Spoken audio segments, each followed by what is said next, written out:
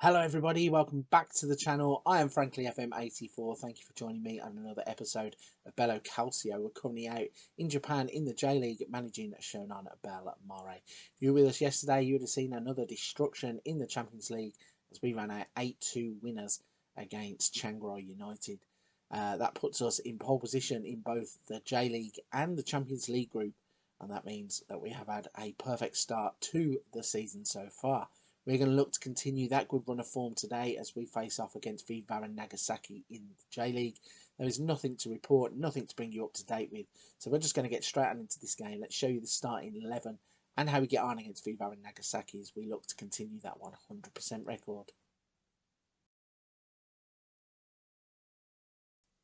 Here we go then. This is the lineup. This is the starting 11 that we are going to be putting out to face V Varen Nagasaki in the J-League. So we have Tani in goal, Hata, Kuwahara, Hatanaka and Trapiccio comes in at right back. We've got Ghana as the RPM as always. Quinones, Atangana and Haddadi are attacking three, and they're going to be feeding the ball forwards to Mita, who has been in fantastic form at the start of this season, and Praysart giving a little rest to Machida. I think that he could do with being spared for a few games, and V Varen Nagasaki are a team that we probably should be beating, so I'm thinking we'll give him as much time on the bench as we can in this one, and obviously we'll bring him on if we are absolutely desperate. But that is the starting 11. We are looking to continue a great start to the season. Let's jump in and show you the match action against V Varen Nagasaki. Here we go then, another J-League game is up and running. We are looking to, as I keep saying, continue our great start to the season as we have been knocking teams out of the way as we are top of the table with 9 points from a possible 9. We are looking to continue that good run of form here against V Varen Nagasaki. There's a chance early on as the ball's just been knocked about, as you can see on screen. Both teams just giving it away, knocking it forwards and then just basically lumping it straight back to the other team. But we are starting an attack down the left-hand side. Quinones is a player that we're looking forward to seeing. He's another youngster that we've brought in, an Ecuadorian who has a lot of potential. When Antonio was at the club, it said that he could be better than Antonio. Speaking of players who could be better than Antonio, Praysart's got the first goal. Referee's going over for a VAR check. Let's see what he does. The players are cheering still, but the referee is saying no goal. It's been disallowed as Praysart sticks the ball in the net. But he's just gone fractionally too soon. It's like in the lane, isn't it? Where if he would have just held off for a second more, the ball that was in behind was so good that it probably would have played him through anyway because he had the beating of the defender. And then we have a corner that Hatanaka's going to get head on. It's going to hit the top of the crossbar. And we are peppering the goal. We've had 6 chances, but not a shot on target, apart from that one that was disallowed. So normally we are the model of consistency in terms of being efficient with our shots. In this game, though, it's not going that way. But we have another chance here as Quinones has got the ball out wide. He swings it into Hatanaka at the back post. And Haddadi has put the ball over the bar. I think it was safe, though. It did look as if it was just a high shot, but no, it's been turned over the bar by the goalkeeper. So Ghana, with a corner, swings it in. Hatanaka at the near post. It's kept in by Atangana. And Quinones hits the shot. He smashed it left-footed wide. He had the whole goal to shoot at. A little bit disappointed there he hasn't at least hit the target, because if he would have hit the target, he would have scored the goal. So, we're not exactly doing fantastic in this game. We've had 11 shots. In fact, we've had 12 shots now. Made that 13, I think, and we just cannot hit the target. So, I said we were going to try and rest Machida to try and give him a bit of a break, but it looks like we might need him in the second half because we just cannot take our chances. Although Praysart has played him behind here. He's played it to Mita, who was in a far worse position, so I don't understand what he was doing. But the ball goes out to Haddadi, he crosses it in, it gets kicked out for a corner. Let's see if Ghana can deliver a special ball to the near post. He does. It's headed by Kuwahara straight to the hands of the goalkeeper, though. And they have managed to get in at the break, V Varen Nagasaki. 0-0, despite us having 16 shots and only 3 of them on target. So, definitely going to be looking at the bench at some point here because we are just not playing as well as we should do in terms of the finishing. In terms of the build-up play, it's okay. But Kuwahara has got a goal. And again, is this one going to get disallowed? Referee's running in. He's having a look. He's talking to the linesman. What's going to happen here? I've got a feeling this one's going to stand. Yes, goal stands. And all of a sudden we can breathe easy, and I don't have to bring on Machida.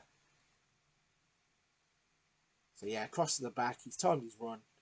And as he's headed the ball into the back of the net, the flag has gone up, but quite rightly he was played onside at the back post, so goal stands. And hopefully now that's going to open the floodgates for us, and we can just go on and score quite a few goals. Although that ball over the top has beaten both of our centre-backs. Luckily for us, Tanny gets down low, turns the ball round for a corner kick. And can we defend the corner that is going to come from it? So Kono with the corner, he's blasted it in.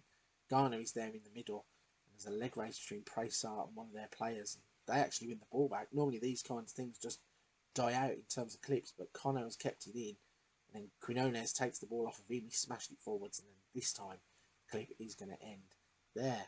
Right then, let's have a little look at the subs bench. Just before we do, Kuwahara's in again. Kuwahara's going to score again. And again, we're going to go to the VAR check.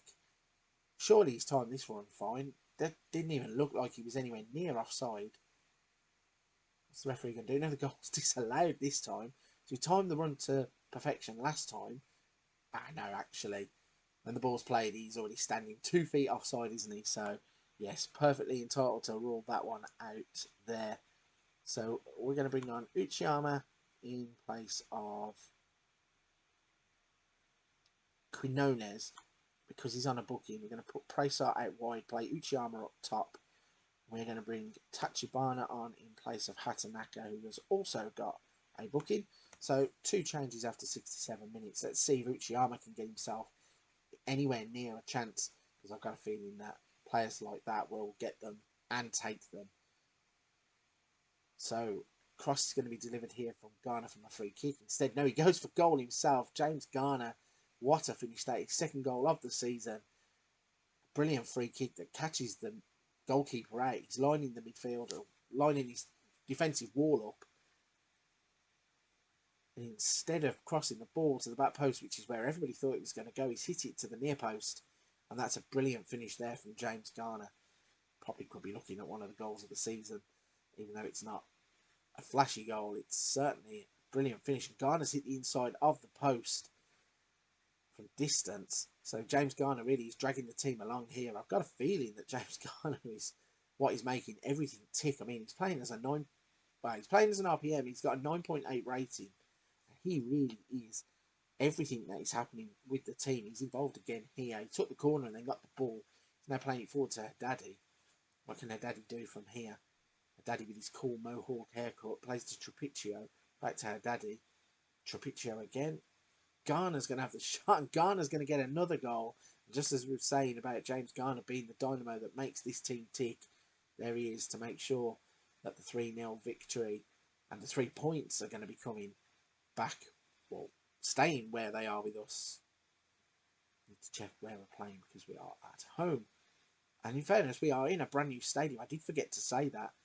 For some reason, we left a 20,000 seater stadium to go to an 18,000 seater stadium that has the potential to become a 25,000 seater stadium. But the board so far don't think that we've got sufficient enough support, although we are pretty much selling out. I mean, we've got 17,349 in here today, which means that I'll be pressuring the board pretty soon to be expanding the stadium to get that bigger amount of revenue in. But we've got another 3-0 victory, and we really are motoring at the top of the J League. As you can see there now, Yokohama have dropped some points today. So when we go back to the main screen and we have a look at the competitions tab, you can see now we are on 12 points. Yokohama are on 10 points. Gamba Osaka are on 9. This time I'm not getting confused. Vissel Kobe still have only played the 3 games, but they are down there on 3 points. So we are having a stellar start to the season. If we go back to the schedule tab, you can see 8-2, 3-0. And that means we've got Chorizo Osaka, Melbourne Victory, Jubilo Iwata, Nagoya Grampus, Gamba Osaka next. And then we're going to be coming back here, I think, for... Yeah, let's do Changroi United again in the return Champions League game. And then Yokohama. And then we will be pretty much done for the Champions League, because I think we'll already be qualified. And then we'll look after those 2 games at where we will go further on in the league. Right then, if you're at this point of the video, you've enjoyed today's episode and you're enjoying the content that you're seeing, please don't forget to hit the like and subscribe button. It helps the channel out so much. Appreciate every single person that stopped by the channel and hit those buttons for me in the past year of doing YouTube. It's been fantastic. I really do appreciate it. So for this one, I'm going to be leaving it there. Come back and join me tomorrow as we face off against Chiang Rai United again in the Champions League.